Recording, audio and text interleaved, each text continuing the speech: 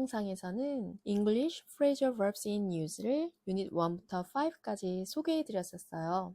오늘부터는 새로운 책 English Collocations in Use 이 책을 저작권 문제로 역시 유닛 5까지만 진행할 예정입니다. 영어 원서 교재 너무 어렵게만 생각하지 마시고 한번 저와 함께 시작해 보시기 바랍니다.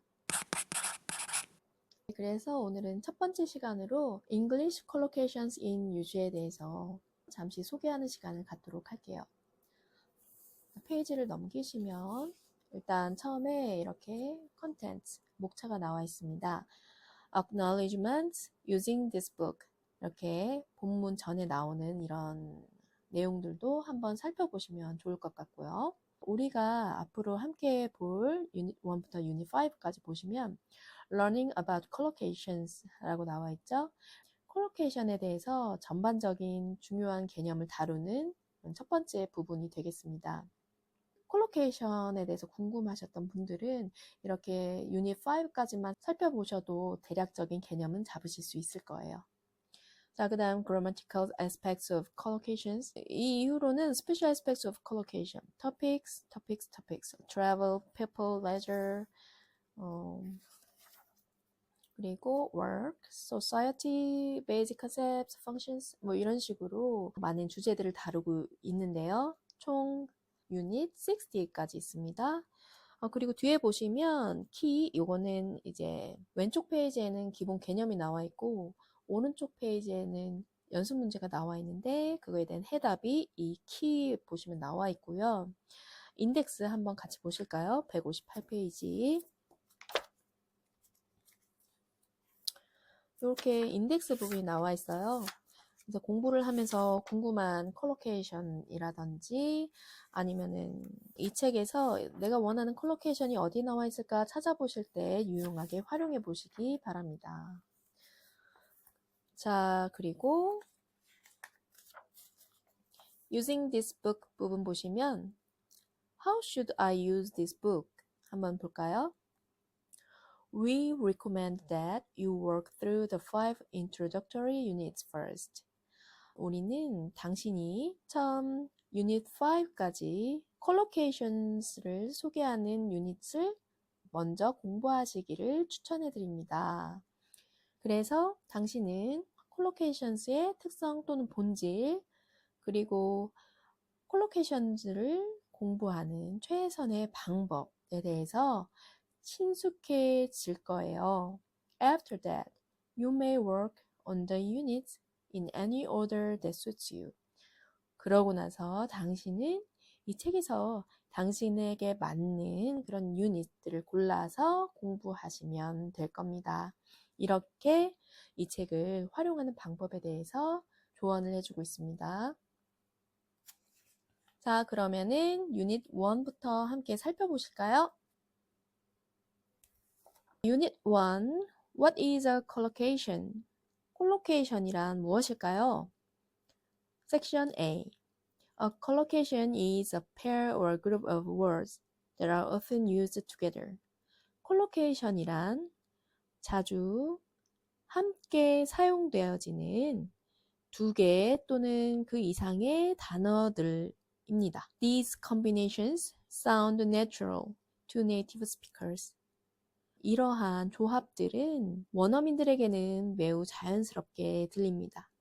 But students of English have to make a special effort to learn them because they are often difficult to guess.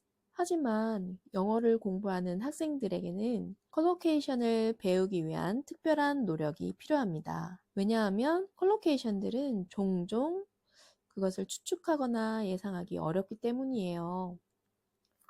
Some combinations just sound wrong to native speakers of English. 어떠한 조합들은 영어 원어민들에게 그저 틀린 조합으로 들릴 수 있습니다. 그러니까 매끄럽지 못하다거나 자연스럽지 않은 표현이 되는 거죠. For example, 예를 들어서 The adjective fast collocates with cars, but not with a glance. 형용사 fast는 car라는 단어와 함께 어울리는데 하지만 a glance라는 단어와는 어울리지 않습니다. 여기 옆에 한번 표를 보실까요? We say fast cars. We don't say quick cars. We say fast food. We don't say quick food. 역시 우리한테도 fast cars, fast food는 익숙하지만 quick cars, quick food 이거는 뭔가 좀 부자연스럽죠? We say a quick glance. We don't say a fast glance. We say a quick meal. We don't say a fast meal. 이런 식으로 어울리고 자주 사용되어지는 단어의 조합을 collocation이라고 하는 거예요. Running collocations is an important part of learning the vocabulary of a language. collocation을 배우는 것은 언어의 어휘를 배우는 중요한 부분입니다. Some collocations are fixed or very strong. 어떤 단어의 조합들은, 그러니까 어떤 collocations들은 매우 고정적이고 또한 강하게 결합되어 있습니다. For example, take a photo, where no word other than take collocates with photo to give the same meaning. 그러니까 take a photo라는 예를 보세요. 같은 뜻을 나타내기 위해서 포토와 함께 쓰여지는 말에는 take 말고는 대체할 다른 단어들이 없는 거예요. 이런 collocations를 고정적이고 매우 강하게 결속되어 있다라고 표현한 거죠. Some collocations are more open. 어떤 collocation들은 좀 더 열려 있대요. 유연하게 결합된다고 합니다. Where several different words may be used to give a similar meaning. 비슷한 뜻을 갖기 위해서 사용되어지는 단어들이 몇 가지가 더 존재하는 거예요. For example, 예를 들면 keep to the rules, stick to the rules 처럼 규칙을 따르다, 준수하다 라는 말을 하고 싶을 때 keep 이라는 단어도 가능하고 stick 이라는 것도 가능한 겁니다. Here are some more examples of collocations. 여기 콜로케이션들의 좀 더 다른 예들을 한번 보실까요? You must make an effort and study for your exams. 너는 너의 시험을 위해서 많은 노력을 해야 하고 공부를 해야만 해. 여기서 not do an effort. do가 아니고 make가 되는 거죠. Did you watch TV last night? 에서 watch TV라고 써야지 look at TV라고 쓰진 않죠. This car has a very powerful engine. 이 차는 매우 강력한 엔진을 가지고 있습니다. It can do 200 km an hour. 이 차는 1시간에 시속 200km의 속도를 낼 수 있어요. 이때 strong engine이라고 표현하지 않습니다. There are some ancient monuments nearby. 이 근처에 몇몇의 고대 건축물들이 있습니다. 이때도 ancient monuments라고 하지 antique monuments라고 하지 않아요. Sometimes a pair of words may not be absolutely wrong. 때때로 어떤 단어들의 조합은 완전히 틀렸어요. And people will understand what is meant, but it may not be the natural, normal collocation. 그래도 사람들은 그게 어떤 의미인지 이해는 할 수 있을 겁니다. 하지만 그거는 자연스럽지도 않고 일반적인 연어도 아닌 거예요. collocation을 우리말로 하면 연어가 되겠죠. If someone says, I did a few mistakes. 만약 어떤 사람이 I did a few mistakes 라고 얘기를 해도 they will be understood. 사람들은 이해할 거예요. But a fluent speaker of English would probably say. 하지만 유창하게 영어를 말하는 사람들은 아마도 I made a few mistakes 라고 말할 것입니다. did mistakes, 실수했어요 라고 해도 알아들을 거지만 made mistakes가 훨씬 더 자연스러운 표현이라는 거죠. 자, 그럼 이제 함께 섹션 B를 보실까요? 섹션 B, compounds and idioms. 이번에는 복합어와 관용구에 대해서 한번 얘기를 나눠보도록 하겠습니다. Compounds are units of meaning formed with two or more words. 복합어란 두 개 또는 그 이상의 단어들로 이루어진 의미의 단위입니다. Sometimes the words are written separately. Sometimes they have a hyphen and sometimes they are written as a one word. 때때로 그 복합어들은 한 문장 안에서도 떨어져서 사용될 때도 있고요. 때로는 그 단어 사이에 하이픈으로 연결되어 있을 수도 있고 아니면은 아예 하나의 단어로 사용될 때도 있어요. Usually the meaning of the compound can be guessed by knowing the meaning of the individual words. 대개 그 복합어의 의미는 추측되어질 수 있어요. 무엇에 의해서? 그 개별적인 단어의 뜻을 알매에 의해서 추측되어질 수 있대요. Some examples of compounds are car park, post office, narrow-minded, shoelaces, teapot. 복합어의 예로는 이런 것들이 있죠. car park는 이제 영국식 영어로 주차장을 이루고 미국식 영어로는 우리가 알다시피 parking lot이 되겠죠. post office, 우체국, 속이 좁은, 편협하다라는 뜻을 가지고 있는 narrow-minded. 그리고 신발끈 shoelaces, teapot, 차주전자 이렇게 예를 들 수 있습니다. 그래서 이 두 단어의 개별적인 뜻을 알면 이것이 주차장이지 포스트 오피스는 우체국이구나 이렇게 추측할 수가 있다는 거예요. 그리고 아예 하나의 단어로 쓰여질 수도 있고 하이픈으로 연결되어 있을 수도 있고 이런 예들이 있는 겁니다. It is not always easy to separate collocations and compounds. 언제나 collocations와 복합어를 구분하기가 쉬운 것은 아니에요. And where they are useful for learners or an important part of the vocabulary of a topic, we include some compounds in this book too. collocation과 compounds를 구별하기가 항상 쉬운 건 아니지만 이 책에서는 학습자들에게 유용하다거나 아니면은 주제에 그 단어가 매우 중요하다고 생각될 때 이 책에 복합어 또한 포함된다고 말하고 있습니다. Idioms are groups of words in a fixed order that have a meaning that cannot be guessed by knowing the meaning of the individual words. 여기는 복합어에 대한 설명이었고 여기는 idioms에 대한 설명이죠. 그래서 관용구는 어때요? 그러니까 단어들의 그룹이긴 한데 단어들의 조합이긴 한데 어떤 고정된 순서를 가지고 있는 거예요. 그 형태가 고정되어 있는 것입니다. 그래서 어떤 의미를 가지고 있는데 그 의미는 추측할 수 없어요. By knowing the meaning of the individual words. 그 개별적인 단어들의 뜻을 아는 것만으로는 그 뜻을 추측할 수 없는 의미를 가지고 있다고 합니다.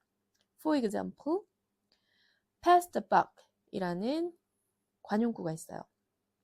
Pass the buck is an idiom meaning to pass responsibility for a problem to another person to avoid dealing with it. Pass the buck 이라는 관용구는 스스로 그 문제를 다루는 것을 피하기 위해 어떤 문제에 대한 책임감을 다른 사람에게 넘기는 것을 뜻하는 관용구예요.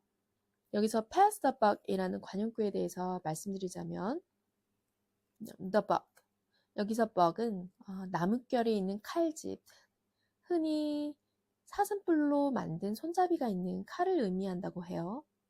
19세기 미국 서부에서 포커를 할 때 이제 사람들이 둘러앉아서 카드 게임을 하겠죠. 돌아가면서 카드를 나눠주는 역할을 맡는데 그 사람을 딜러라고 합니다. 그 카드를 나눠주는 사람을 표시하기 위해 이 buck이라는 물건을 사용했대요. 그러니까 게임이 한 차례 끝나고 나면은 이 buck라는 칼을 옆에 사람에게 주고 또 그 사람도 옆에 사람에게 주고 카드를 나눠주는 역할을 그 칼을 넘김으로 인해서 표시를 하는 거죠.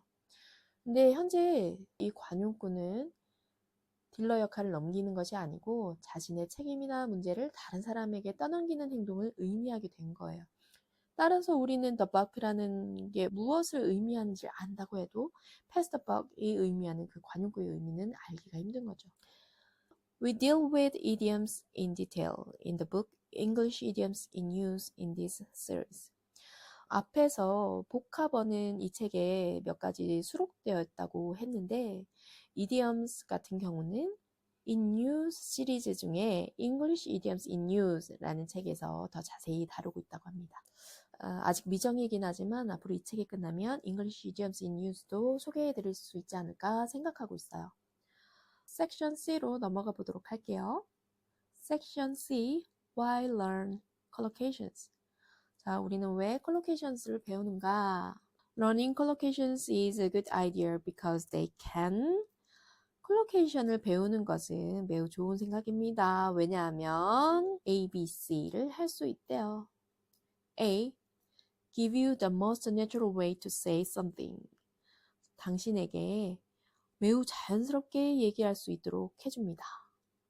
Smoking is strictly forbidden is more natural than smoking is strongly forbidden. 아주 엄격하게 금지되어 있다는 strictly가 더 자연스러운 표현인 거죠. strongly보다요. B. Give you alternative ways of saying something, which may be more colorful, expressive, or more precise. 당신에게 표현을 더 다양하게 해주는 거죠. 대안을 주는 겁니다. 근데 어떤 대안이냐? 보다 표현력이 풍부하고 더 정확하고 명확한 뜻을 표현하기 위한 여러 다채로운 어휘를 배울 수 있는 거죠. Instead of repeating, 그러니까 우리는 있잖아요. 한 가지 입에 익숙해진 단어가 생기면 계속 그것을 반복하게 되는데, 예를 들어 It was very cold and very dark처럼 언제나 너무 춥다, 정말 어둡다 할 때 무조건 very, very만 쓰기보다는 we can say, 우리가 이 collocation을 공부하게 되면 It was bitterly cold and pitch dark처럼 very를 대신할 수 있는 좀 보다 다채로운 어휘를 구사할 수 있게 되는 거예요. C. Improve your style in writing. 당신의 문체를 발전시킬 수 있습니다. Instead of saying poverty causes crime, 빈곤은 범죄를 초래한다 라고 표현하는 대신에 you can say poverty breeds crime 이라고 말할 수 있대요. 여기서는 빈곤은 범죄를 낳는다 이렇게 표현할 수 있다고 합니다. 비슷한 뜻이긴 하지만 causes crime 하면은 인과관계를 나타내는 약간 논리적인 그런 뉘앙스를 풍기고 있고요. breeds crime 하면은 breed라는 게 무언가를 번식시키거나 조성하는 그런 과정이 담긴 뉘앙스가 있거든요. 그래서 시간이 지나면서 범죄 환경이 서서히 만들어지는 느낌, 감정적, 문화적인 뉘앙스가 담긴 좀 더 세련된 표현을 할 수 있게 되는 거예요. 그리고 instead of saying a big meal, 풍성한 식사, 성대한 식사 이렇게 말하는 대신에 you can say a substantial meal 이라고도 말할 수 있게 되는 거예요. substantial 하면은 영양이 풍부한 식사라고 이해하시면 됩니다. You may not need or want to use these in informal conversations. 아마도 당신은 비공식적인 자리에서 일상적인 대화에서 이런 단어들을 쓸 필요가 없다거나 쓰기 싫어할 수도 있어요. But in writing, they can give your text more variety and make it read better. 하지만 당신이 글을 쓸 때 당신의 문체가 좀 더 표현이 풍부하고 그리고 다른 사람들이 읽기에 더 낫게 쓸 수가 있게 되는 거예요. This book includes notes about formality, wherever the collocations are especially formal or informal. 이 책에서는 우리가 배우게 되는 연어들이 특별히 공식적이거나 비공식적인 표현일 경우 그것에 대한 설명도 담았다고 합니다. 자, 어떠셨나요? 이렇게 해서 오늘 English Collocations in Use Unit 1을 함께 살펴봤어요. 자, 그러면 무엇을 해야 될까요? 여기 책을 가지고 있으신 분들은 exercises를 풀어봐야 되겠죠. 저도 연습 문제를 바로 풀고 또 답도 맞춰보도록 할게요. 제가 설명을 잘 하려고 노력을 했지만 혹시라도 좀 이해가 미진한 부분이라든지 아니면 연습 문제를 풀다가 이거 잘 안 돼요 하는 부분이 있으면 저와 함께 같이 공부해요. 댓글이라든지 아니면 제 블로그에 가셔서 자유롭게 댓글 남겨주시기 바랍니다. 그래서 English Phrasal Verbs in Use는 저도 이제 숙제로 남은 거예요. 어쩔 수 없이 저작권 때문에 유닛 5까지 하게 됐지만 저 책을 그냥 저렇게 놔둘 수 있나요? 저도 꾸준히 보고 짬 나는 대로 정리해서 블로그에 정리를 좀 해나가도록 할게요. 중요한 내용들만 좀 뽑아서 여러분들께 블로그에서나마 또 전달을 해드리고 기회가 있으면 유튜브에 좀 요약되고 정리된 부분을 전달해 드릴 수 있으면 그렇게 하도록 하겠습니다. 이렇게 끝까지 영상을 시청해 주신 여러분 정말 감사드리고요. 영어 공부 힘들죠?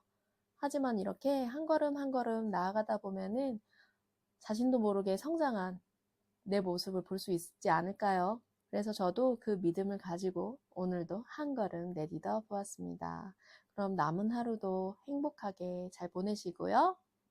언제까지나 파이팅 하세요.